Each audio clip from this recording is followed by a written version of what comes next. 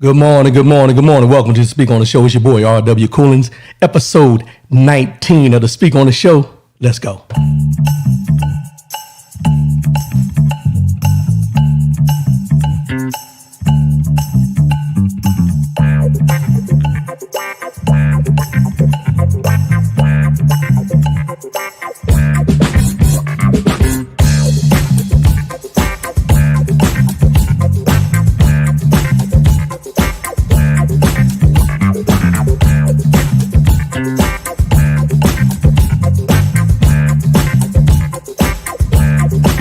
Give me them horns.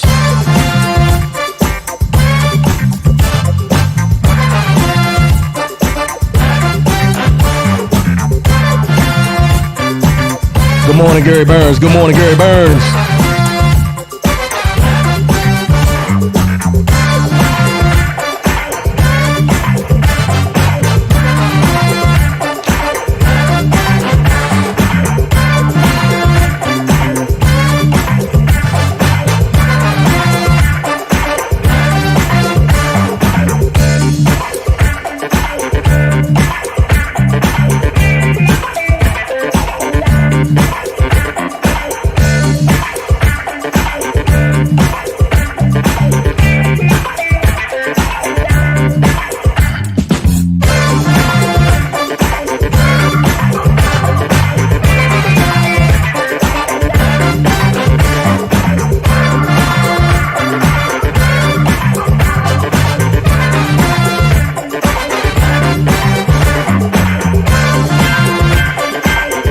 Good morning, Miss Michelle Long.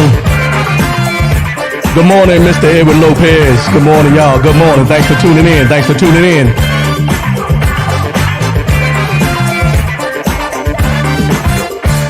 Good morning, good morning, good morning. Welcome to another episode of the Speak on the Show, episode 19. First and foremost, giving honor to God who allows me to come at you in this manner on a weekly basis. How's everybody out there doing? Hope everybody's doing good. You know, it's early Saturday. Well, let's get these formalities out of the way. I got some information I got to get into, so let's go. Follow me, rwcoolers.com. That is the website. Go there, follow me. Merchandise, links to all the YouTube, Facebook, all the links to every place you need to find anything dealing with Spreaker.com. All the links are there on rwcoolings.com. That is the website. You can go there, get all the information you need, and follow us. Also, today we're broadcasting live on Facebook and YouTube, so you can follow us there, make comments accordingly. If you want to add into the show, also call-in number 844-904-2665. That's 844-904-2665. No matter what the situation is, let your voice be heard. Say what you mean what you say. Call in if you got something you want to voice, or if you just want to make it a comment, I'll post it up on the screen and we'll take it from there. Long week, y'all. It's been some long weeks, but here we are. 17 days, 16 and a wake up, 16 days and a wake up till we vote. Now, early voting has already started in most places, as everybody's seen, I'm pretty sure. Long wait times, y'all. Long wait times, long lines. Some of them were running from 1 hour up to 10 to 11 to 12 hours to wait just to vote. 10, 11, 12 hours just to wait to let your voice be heard in this voting process. Sounds crazy, but that's where we're at right now. That's where we're at. So be prepared. Take a chair. You know them fold-out chairs you get at Walmart over the shoulder, $5. Take a chair, take your snacks, take your drinks, not the alcoholic drinks, some waters, keep you hydrated and all that while you're out there waiting. Some places it's been raining, some places it's been kind of cold, so make sure you're prepared to face the elements. That's where we're at with that. Also, ballot drop boxes. Now, I've seen on the news and I read a couple articles where there's ballot drop boxes are out there for you to place your ballots in if you're going to do your mail-in voting. However, in California, the Republicans have set up their own ballot drop boxes. They're in court right now, seeing if it's legal, but they're still out there for you to drop it. But make sure wherever you drop your ballot box, your vote off in a ballot box, that it is a valid ballot box. There's a lot of games being played, y'all. A A lot of games being played. So let's talk about this town hall the other day. Now, there was 2 town halls because they didn't want to do the debate because, President Trump was COVID-19 positive. So Joe Biden said, he wasn't doing a debate with him being positive, and he didn't want to do another test, so forth and so on. But here's the thing. They had 2 town halls. Joe Biden's town hall received viewership of 14.1 million viewers. Donald Trump on NBC, 10.9. 13.5 if you include MSNBC and CNBC. Now he's upset, talking about the numbers are wrong, the viewership was wrong. I didn't watch it. I didn't have time to watch it. I figured both of them wouldn't be worth my time. A debate is a completely different story. However, when you get into these town halls, they answered questions they didn't. But here's what I found out. George Stephanopoulos did Joe Biden's. Savannah Guthrie did Donald Trump's. They said Stephanopoulos threw softball questions to Joe Biden. Okay. They said, and Savannah Guthrie held him to task. Said it was more of a debate than a town hall for what she was doing. Hold on 1 minute, y'all. Okay. So Savannah Guthrie questioned a retweet that Donald Trump sent out. And it was a retweet that said that Joe Biden had SEAL Team 6 killed to cover up the fake death of Osama bin Laden. She asked him why did he post it. He said it was a retweet. He said, I know nothing about it, it's a retweet. And then he said that was the opinion of somebody else. He just retweeted it. He said, I put it out there. He said, let the people decide. I don't take a position. Well, you took a position when you decided to retweet it. Not getting into that. It just shows you where we are as far as with politics and everything, where people can retweet things and not be held accountable for what they retweet. He feels is within his right to retweet it. That's what he does. That's what people follow. They follow his retweets more than they do his actual policies. Let's just put it there. They follow his retweets more than they do his policies. Doesn't make sense to me, but what makes sense to anybody at this time? Transition to Rudy Giuliani. So I read an article yesterday. Rudy Giuliani's daughter, Caroline, what's her name? Caroline Rose Giuliani.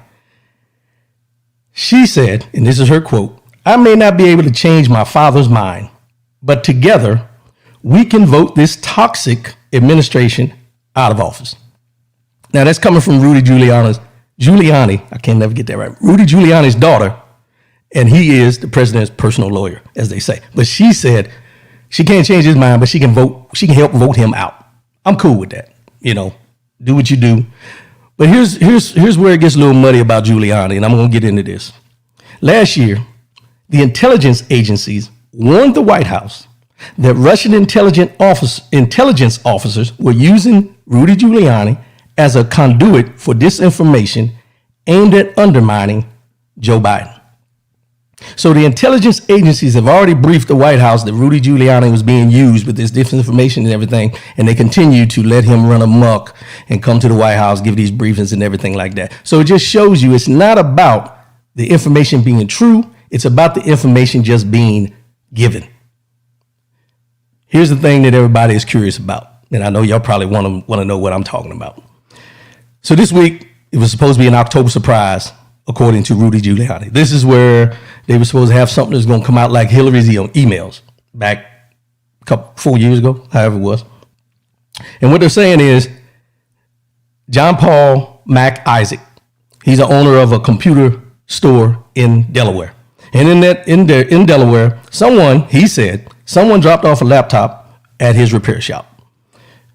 Never came back to pick it up. But while he was repairing this laptop, the emails he found on there belonged to Hunter Biden.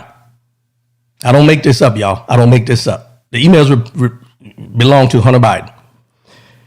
The shop owner called Rudy Giuliani's lawyer and gave him a copy of everything that was on the hard drive, which included the emails. Then, when they went out there and they started questioning, this was the original story that came out. Then when they went out there to question him, start finding out and trying to find out what all went on, he said first he called the cops. But he also changed his story and said he contacted the FBI. So there's a lot of disinformation, as we say, still going on with this. And it's just one of those things that you look at and you're like, okay, all this disinformation, they did it with Hillary Clinton's emails. Now they're talking about the October surprise with Joe Biden and Hunter Biden and what he was doing in Burisma and China and all these different things. Good morning, Big L. All these different things going on. But the person who had the laptop supposedly doesn't know who dropped it off. He made it a point to make a copy of the hard drive to give to Rudy Giuliani's lawyer. How does he know Rudy Giuliani's lawyer? Let's start there. And he contacted the cops and the FBI, as he says. I don't get it. I don't know. They're still investigating this. The FBI has the laptop now. They're investigating to find out if the emails are factually actually Hunter Biden's, or if there's disinformation being put out there to kind of, affect the election. As we know, these things happen. Good morning, Miss Lady Michelle. So these are things that are happening out there that you need to be aware of. You need to be watching. You need to be listening to understand that this election is something that is going on, and it's something that people are integrating themselves into, not for the best of any of us, as far as what the outcome may end up coming to. I'm looking at my notes, y'all. I'm sorry. All right, going to the next one. Let's transition here. The originalist. I am an originalist. Not me. That's what she said. Judge Amy Coney Barrett, in her testimonies this week, said she is an originalist. Now, I don't question what anybody tries to label themselves as or anything like that, because my thing is this. You are who you are. You become who you want to be, and you label yourself accordingly if that's what you want to do.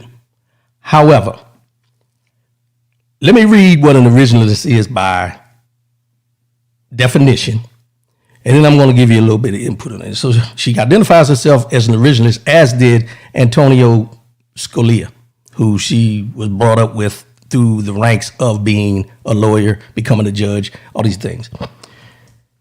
And what an originalist is, it means that I interpret the Constitution as a law. I understand it to have the meaning that it had at the time people ratified it. That meaning doesn't change over time, and it is not up to me to update it or infuse my policy views into it. This is the definition of an originalist. So she's saying the Constitution and things like that are to be taken for what the original founding fathers wrote it up to be and stand for accordingly. Morning, B. Derek, how you doing, bro? Hometown. But she wrote it up to say that these are the things that they're not supposed to be changed by her, readjusted by her, or any of the coordinates. But here's where the water gets muddy for R.W. Coolins. Let me just put it this way. The original Constitution did not include women or people of color. Let's just be honest. It didn't include women or people of color. So if you consider yourself an originalist, then you're eliminating over half, if not 3/4 of the population of the United States of America. I don't look the numbers up. I'm just going by what my visuals are. But you're eliminating a lot of people when you say you're originalist, and that's what you're going to stand on and stand by. Because times have changed, people have changed, our dichotomy in the United States of America has changed. But you're an originalist and you don't think you should update it or infuse your policy views. Also, it's been identified that she has adopted 2 children from Haiti, one named Vivian and John Peter. There was a lot of discussion about how she addressed them and what she said their strengths are, different things like that. I don't want to get into that. She chose to adopt 2 children from a different country. Hey, if that's what she chooses to do, I'm not going to talk about that. That's a different thing. But when we talk about this originalist thing and how she sat up there in these briefings and never commented on the things that she's going to be voting on, because she says and I don't want to, I'm paraphrasing here, but she said basically that she won't comment on that because these are things are still under litigation as far as the Affordable Health Care and the Voters' Rights Act and what's the other one? The LGBTQ community, all these different things that have been passed and are on the legislature for the Supreme Court to view, to vote on, all these things, even the things dealing with Donald Trump. She said she wouldn't comment on because she's not, as a lawyer or as a judge, does not comment on cases that are still in litigation. Okay. So basically, she didn't tell us anything about where she stands, what she would do, where she may vote, how she may vote, any of those things that can happen with a Supreme Court justice. She never touched on any of that in her things. She stood by, no answers, and going back to her original list. Then they asked her, because she came up through under Antonio Scalia, would she be similar to him? She says she's her own woman.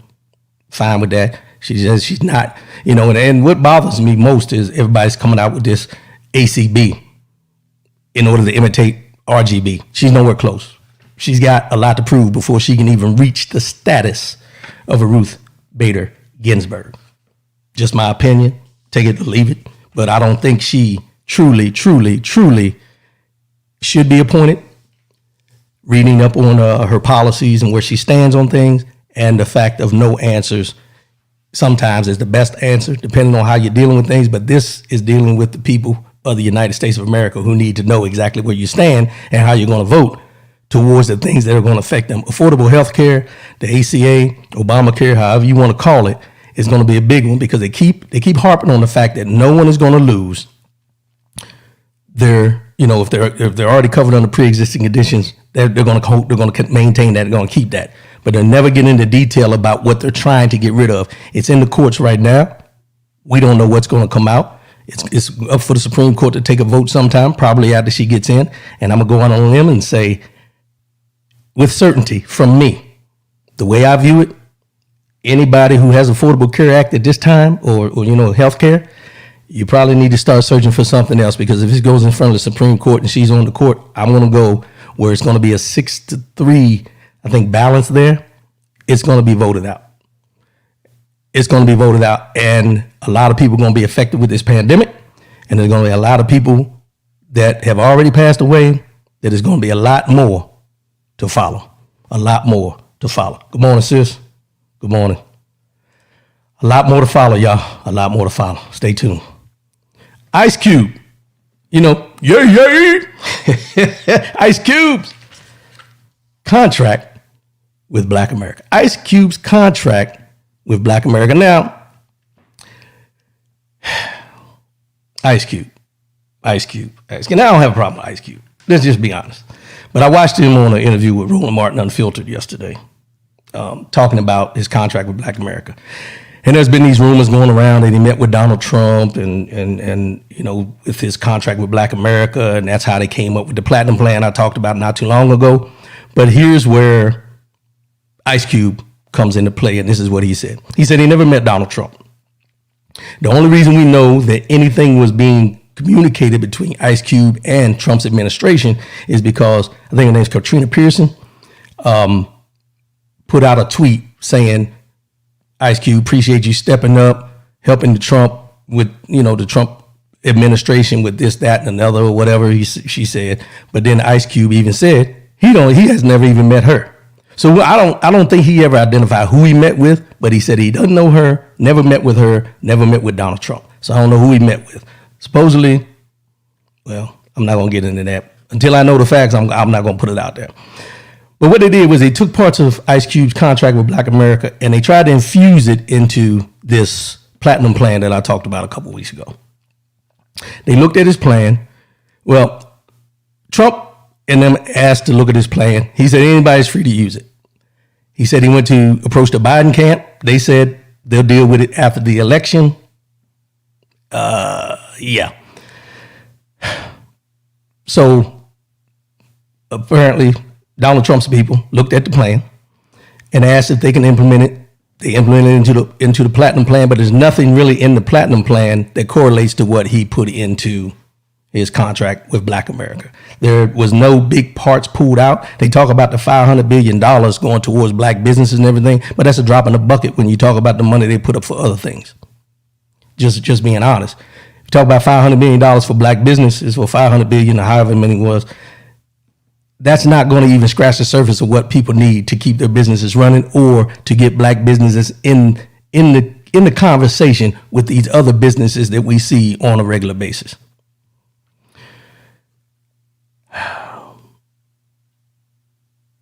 You know, I pause there for a minute because I look at this, and it's one of those things where I've seen a lot of feedback about Ice Cube. I mean, all the names we talk about that, you know, I don't like to hear. They called him a sellout. They called him Uncle Tom. They called him all these different things without knowing the facts and the details of what, who, when, where, and why. This is one of those conversations where I always say we got to get better at. We have to get better as a people. We can't have a contract with Black America amongst ourselves if every time we go to sit at a table with somebody to try to get our policies pushed forward, that the first thing we do is call somebody a sellout or any of that thing. We need to be patient. Patience. We need to have patience with these things and let the chips fall where they fall. Just because someone has a conversation with somebody does not make them a sellout. Let's just be honest about this. We all talk to people that may not agree with us on a daily basis, but we can't go around keep labeling people as sellouts just because they decide to have a conversation with somebody to try if they can get their agenda pushed forward. Whoever pushes the agenda, I don't have a problem with. Let's just get the agenda out there, which is what Ice Cube said in the interview. I said, now, the other part that I seen, because I went back and read some critiques about the interviews he's been on, a lot of people have said Ice Cube is, you know, in uncharted waters for him. He's not the one that should be speaking as well. He's the one that put it together. As I always say, sometimes it's not about the message, it's the messenger. We try to separate the two. What is the message about? If you take Ice Cube out of the equation and you put another person in the equation talking about this same thing, do you look at it differently? Do you feel differently about it? What is the difference? I understand Ice Cube is a rapper, NWA, started out as NWA, America's Most Wanted with the KKK in the middle of America and all those different things we can think about back in the day. But he's proven himself to be, you know, a movie producer.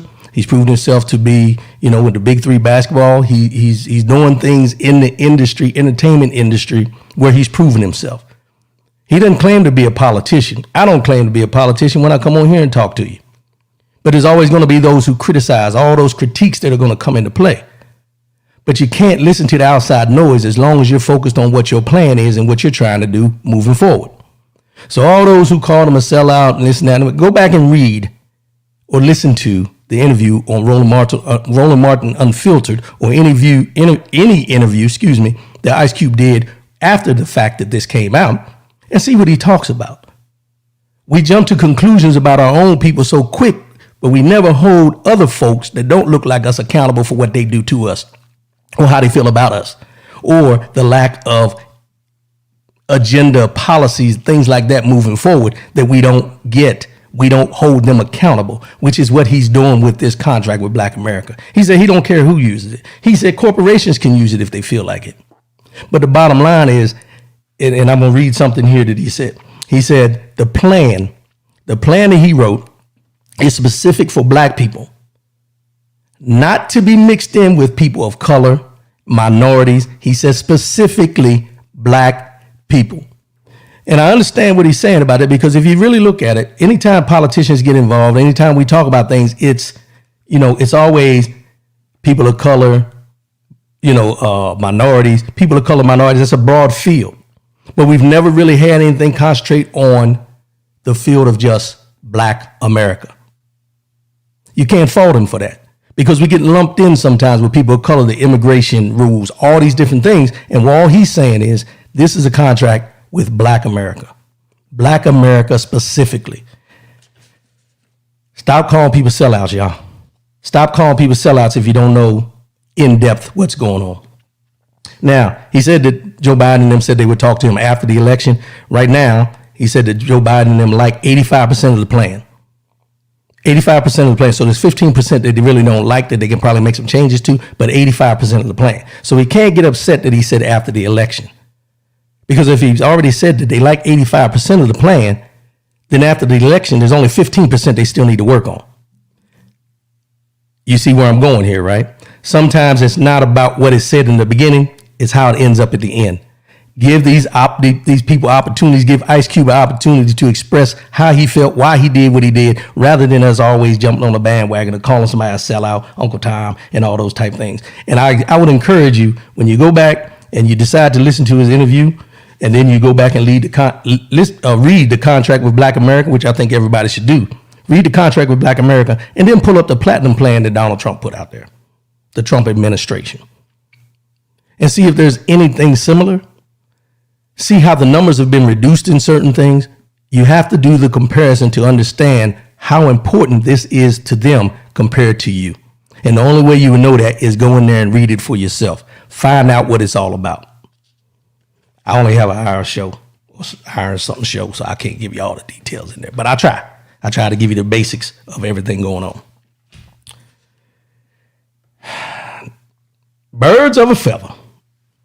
Birds of a feather. I know y'all wondering, birds of a feather? What are you talking about, birds of a feather? Let me tell you this. I've said this many times before, and I'm going to say it again today. Follow the money. Follow the money. Follow the money. Follow the money. That's all I'm going to say. So everybody remembers Robert F. Smith. Y'all know? Y'all remember him?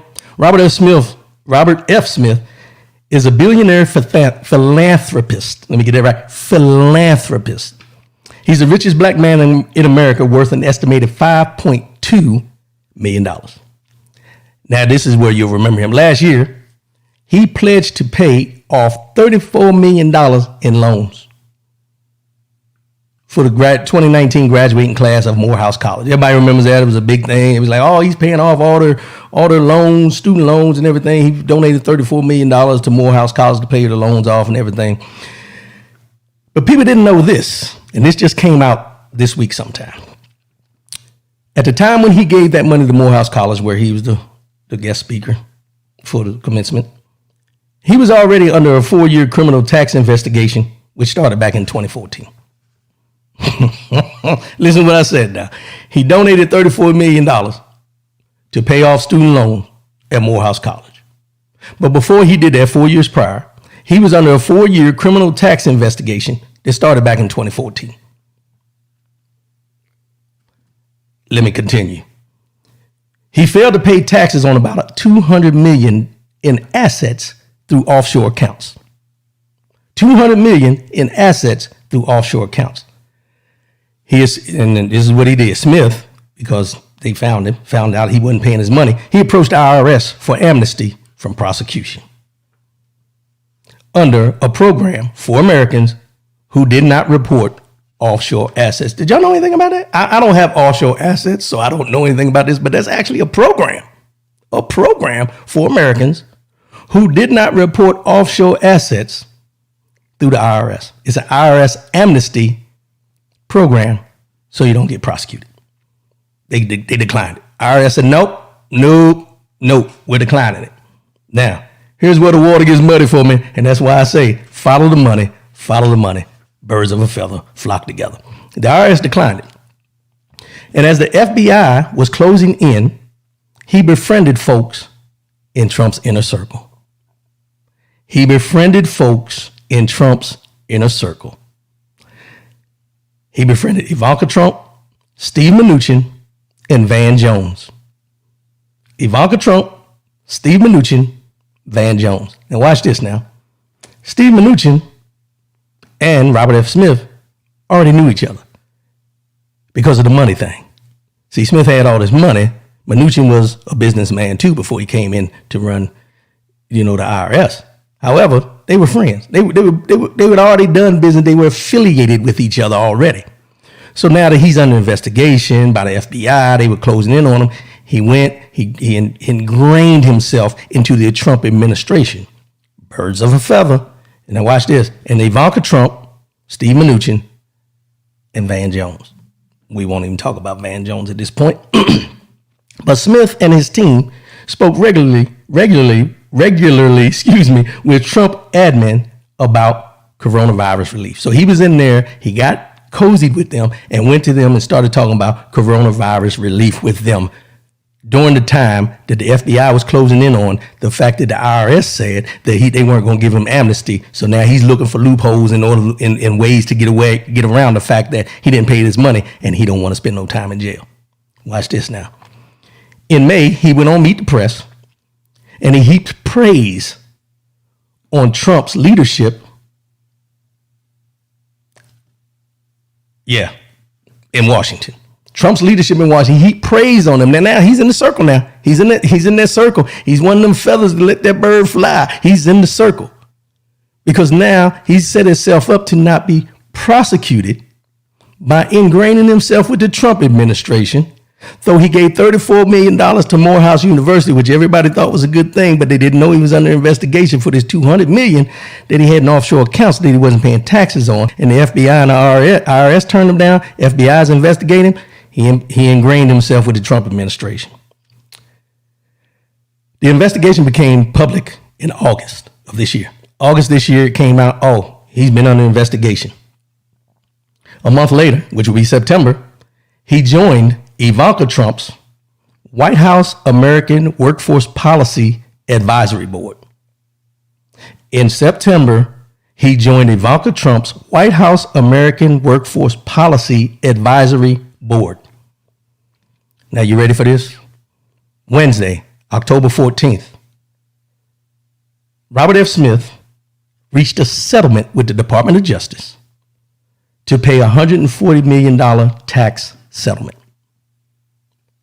October 14th, he reached a settlement with the Department of Justice for a $140 million tax settlement.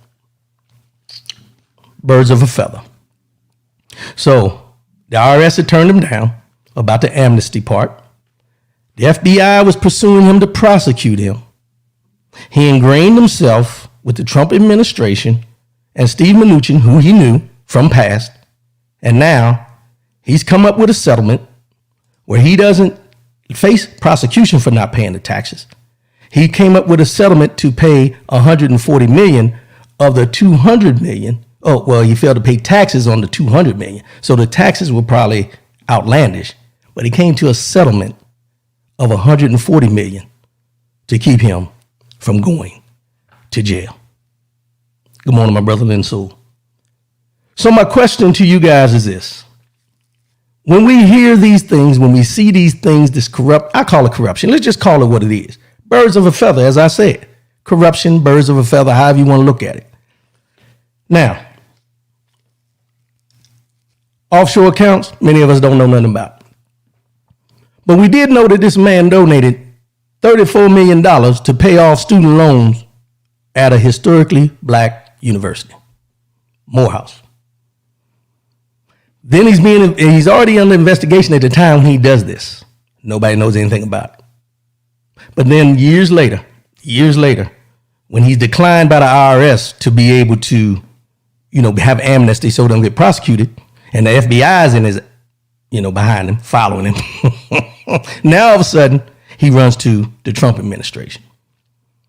The Trump administration, Steve Mnuchin, to be exact, who's in charge of the IRS, who's a friend of his from years ago because they both have money, now finds loopholes, puts him out in front, makes him seem that he's been working with the Trump administration. So when this comes out that they settled for $140 million, which none of us can really understand because none of us have seen $140 million, but he settled for $140 million to pay these taxes off so he doesn't get prosecuted under the law that was put in there for things like this. But because not of who you are, but because of who you know, you're able to pay this off with no problem. And it's probably a minute number compared to what he should have paid in taxes from the beginning. And then we look at this administration. We look at our justice system. We look at all the factors that we're supposed to have faith in. And I'll go back to the originalist, as she mentioned, the original things of what these things were put in, the structures these were put in for, was it for this? To have a presidential administration work loopholes for certain people not to serve time because they didn't pay their taxes, and then we as law-abiding citizens who get audited for the smallest thing, like maybe you put something on your taxes that shouldn't have been there, or you owned a business. Not that I'm talking about myself, but if somebody did your taxes and said you owned a business at one time, and then the IRS calls you asking for the deed or the title for the truck that you don't have, and then you got to go back and pay them taxes they gave you. It doesn't work for me. It didn't work for you, but it works for him. But we continue to vote these same politicians into office that we allow to do these things for certain people. Why? We got to get better. We got to pay attention to who we're putting in office. You'll never know who they're all associated with. Don't get me wrong. But do your due diligence. Offshore account, John Olszak. Offshore accounts get Americans living abroad with normal means filed up with the IRS. People with lots of money are obviously able to afford the lawyers and accountants to game this. Yeah. It's all about who you know. It's all about who you know. And then here's the thing. What is legal about having offshore accounts where you don't have to pay taxes? If you remember, and we'll go back to taxes again, when this thing came out about Donald Trump only paid $750 for the last 2 years in taxes, or however much he paid, they mentioned that he paid more taxes to the Philippines and there was 2 other countries than he did to the United States of America. And we're okay with that? Offshore accounts, inshore accounts, no account, whatever. We got people starving in the streets, y'all. We got people starving in the streets, people homeless in the streets, veterans that have served this country proudly, starving and homeless. And then we get things like this from people who have made their money investing or however they made it. I'm fine with that. However you made your money, you made your money. But they're never held accountable to the full extent of the law for the things they do. Certain people, so certain people are held accountable, but certain people aren't. As I mentioned before when we talk about taxes, Wesley Snipes went to jail for 3 years for tax evasion. Red Fox went to jail for tax evasion. Ronald Isley went to jail for tax evasion. Robert F. Smith butted up to Trump, serves no time. Just got to pay it back. Well, if it was that easy, everybody would just pay it back and not serve time. But it's about who you know. It's about who you know. Can you call it corruption? Yeah, to a certain extent. But who's going to raise the flag on it?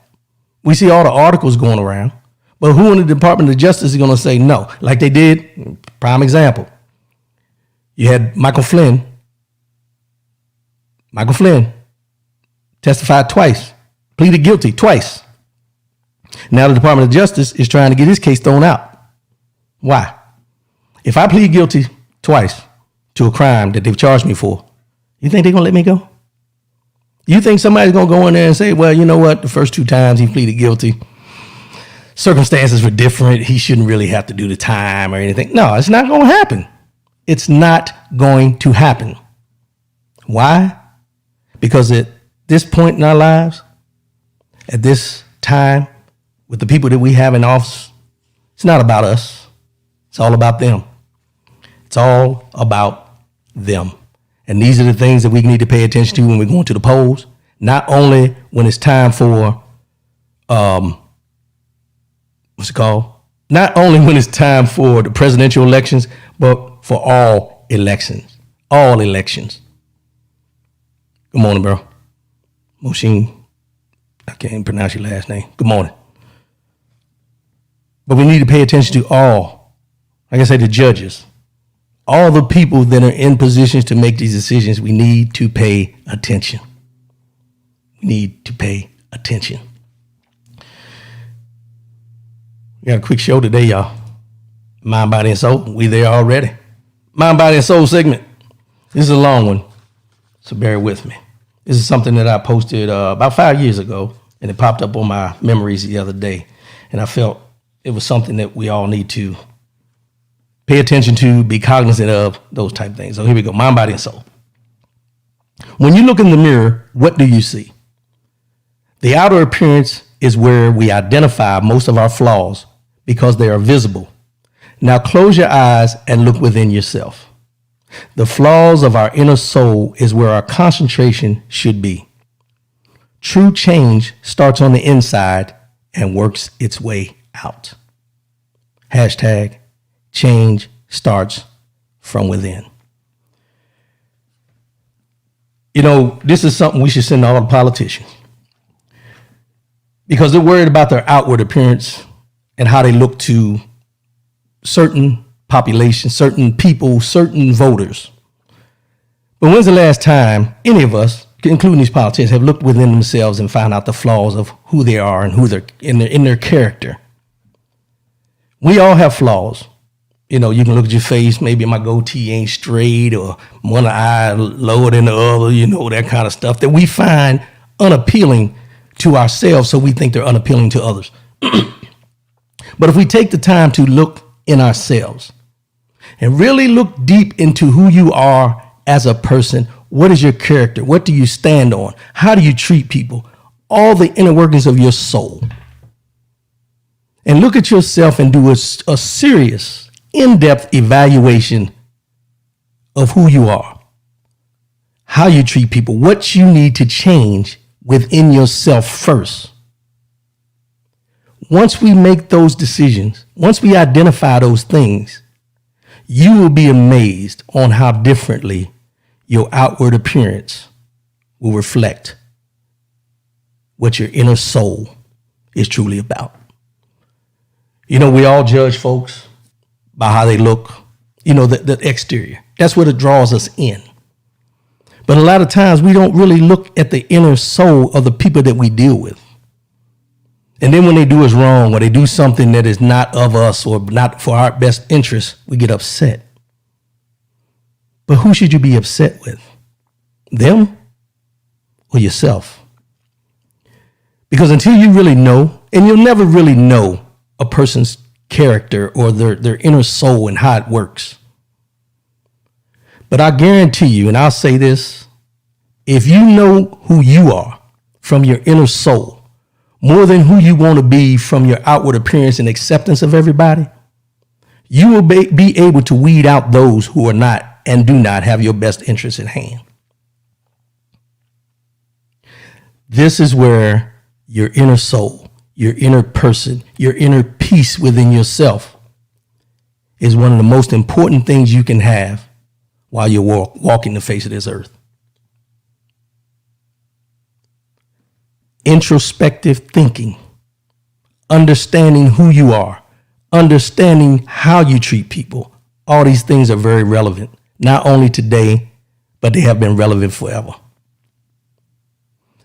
Stop concentrating on how you look to others and concentrate on how you feel about yourself and how you feel about your inner soul and where you stand. And I guarantee when you start dealing with people as far as letting your soul guide you, the decisions you make, the people you come in contact with, and the people you choose to allow, listen to what I said now, people that you allow into your life will be a completely different dichotomy of what you probably presently have and associate with. Just some food for thought, y'all. Food for thought. That's the mind, body, and soul segment. Wrap up. 17 days, 16 in the wake up, y'all. Get out there and get the voting. Get out there and get the voting. Get out there and get the voting. It's about that time. Long lines, early voting. Early vote if you can. Early vote. Do not wait until the last day. Early vote if you can. Mail-in voting, be conscious of fake drop boxes. Know where you're supposed to drop them at. Do your due diligence to find these things out. You know, we got a Supreme Court judge that's going to be put in, voted on next week. She's probably going to be put in. So there's a lot of things that are going to be affected. If it's going to affect you, and it's going to affect all of us one way or another, but if it's going to affect you directly, be prepared. Start making plans. Figure out a way to make it happen. Find a way out of no way. Ice Cube, go back and read his contract with Black America. I think it's something that everyone should read, as I mentioned before. And then also read the Platinum Plan from the Trump administration, just so you have an idea on the different variations of where they're coming into play as far as what they're both trying to put out there for the black community. Now, the Platinum Plan says the black community, but there's also things in there about minorities and different things like that. Ice Cube is supposed to be specifically for black America. Robert Smith, boy, you pulled one. You pulled one. So he gave that $34 million. Let me say that I said 34,000. He gave $34 million to Good Morning, Tammy Kastner. He gave that $34 million to Morehouse University. And then he was under investigation at the time. Nobody knew about it. But everybody was applauding him and praising him for all the money he was putting into the university that these people didn't have to pay their tuition. Now we find out it was a cover all along. It was a cover all along, as far as I'm concerned. Because if he knew he was under investigation and he donated his money, that was for a tax write-off itself. Try to do something good to cover up the bad that he's already done. $200 million in offshore accounts that he didn't pay taxes on. Last thing I want to say, how about them Lakers, y'all? I know I don't get into sports on here a lot, but I'm not even as much as about the Lakers. Let me just put it this way. There's always, and I always say, and I don't like to do debates and comparisons and things like this, but this is one of those things that you have to appreciate the greatness of certain athletes during their time, not only what they do on the court, but what they do off the court. And when you talk about LeBron James, you know, there's all these comparisons and people say I'm a diehard LeBron fan and anything like that. It's not that I'm a diehard fan. What I am is I visualize him as a well-rounded athlete. A lot of people don't think he should be talking when it comes to the politics or injecting his opinion into politics and different things like this. But it's just funny that, and they said the same thing about Ice Cube with this contract with Black America. But you only hear this when it comes from people of color. And the reason I bring up LeBron James is that after they won the championship, he stood there and he said he'd give the Lakers the respect, give the GM, the owners, the whole organization the respect and everything. And then at the end, he said, and give me my damn respect. And it's one of those things that when you're, and I had to look at it from where he stands. When you're in the limelight like that, when you're an athlete like that, and you do the things you do, opening schools and the More Than a Vote, and you speak up about politics and right and wrong and people being killed in the streets and things like that, you're going to get that kind of feedback back that you need shut up and dribble and all these type things. But one thing that I admire, and I don't say that too often, one thing I admire about LeBron James is the fact that he stands on what he believes in. He doesn't waver from it. And as he mentioned one time, I had these broad shoulders, so I'm able to carry a lot. A lot of us would not be able to handle the scrutiny that this young man has handled. I ain't call him young man anymore, but this young man has handled from the time he was in high school up until now. And the reason I bring up LeBron James at this time is because after seeing him win the championship, his fourth championship, third with 3 different teams and MVP finals and different things like that. Everybody knows the accolades and everything like that. But the reason I bring him up at this time is because it's something that I look at myself sometimes and I ask myself, what more can I do? What more can I do without worrying about people and their opinions about what I'm doing? And I'm sure we all struggle with that. And I'm sure we all ask ourselves, what should we be doing? What could we be doing? And we get into the point of other people's opinions, and it kind of sways us to not do what we know we could be doing better, often, for others. And I say that to say this. We all take people's opinions to heart. We all allow other people's opinions to stop us from reaching greatness. We all are guilty of allowing other people's opinions to dictate how we go about our daily lives.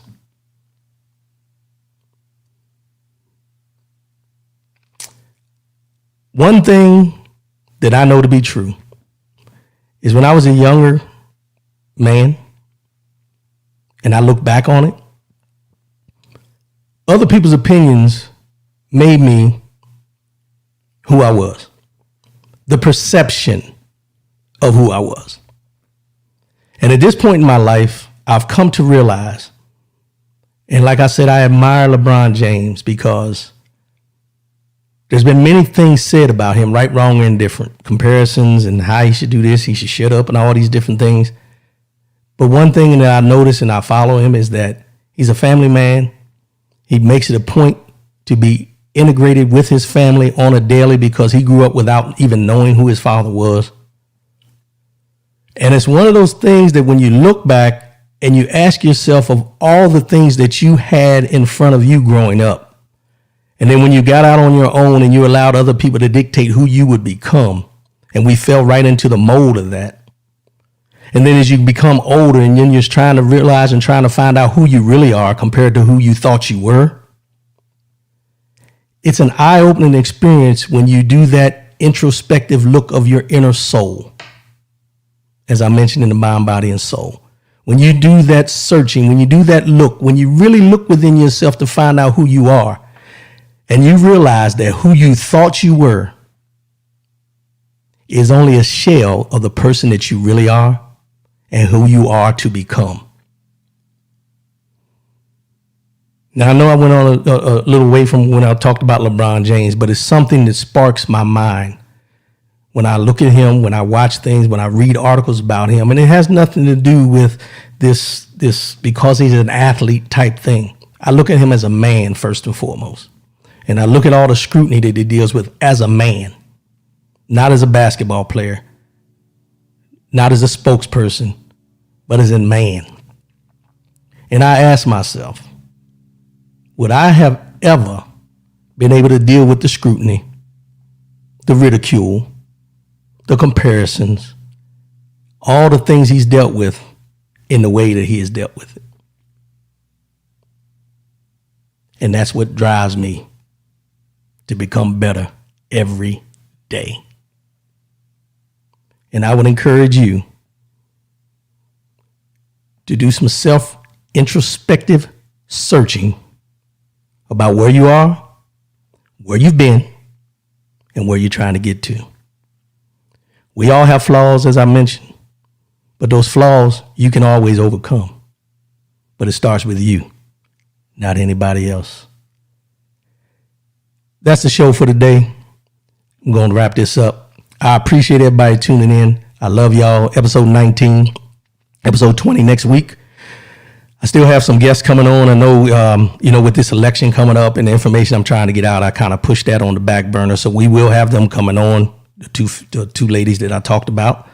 And we're going to have them coming on shortly. But with this election going on, I think this is not to say that what they're doing is not important. I don't want anybody to get this wrong. But I think what the information I'm putting out there about this election, the information I'm putting out there about what's going on in our politics and things like that are things that need to be put out there at this time. Once November 3rd comes around, we're past this, then we'll move on to other things. But right now, this needs to be the concentration on the Speak on the Show. I'm going to get a little hoarse here. On the Speak on the Show. As I always say before I sign off, love yourself, love one another, keep your head up, and most definitely, keep your faith in God. I'm your boy, R.W. Coolins. I appreciate y'all tuning in. And as I always say, tune in next week, same time, same channel. And you got somebody that you know that may want to listen to the show, pass it on to them. Let them know what the Speak on the Show is doing. We trying to make this not just a show, but a movement. I love y'all. Holla at me. I appreciate you. Peace.